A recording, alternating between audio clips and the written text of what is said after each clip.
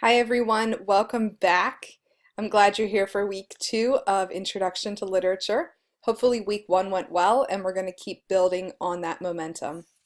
Alright, so for week 2 you want to always start with the description so you can see the goals for this week and also the tasks that you need to complete. So here are our goals and here are the tasks. So there are reading assignments, a reading quiz, a discussion on a poem, and then writing assignments that come out of that discussion of that poem. Going back to modules, I want to point out a few things. Under your reading assignments this week, you do have some pages from the book, another handout, and this is what the quiz will be based on.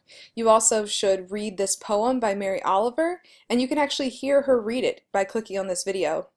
Two other things that are important here: a video that I made about getting the most out of your discussions, and also a video I made about how to see my feedback on your assignments. A lot of times I write on your assignments, I write comments, I use a rubric, I write comments in the rubric, so you should know where to look for this feedback so that you're continuing to learn and get assessment feedback on how you're doing.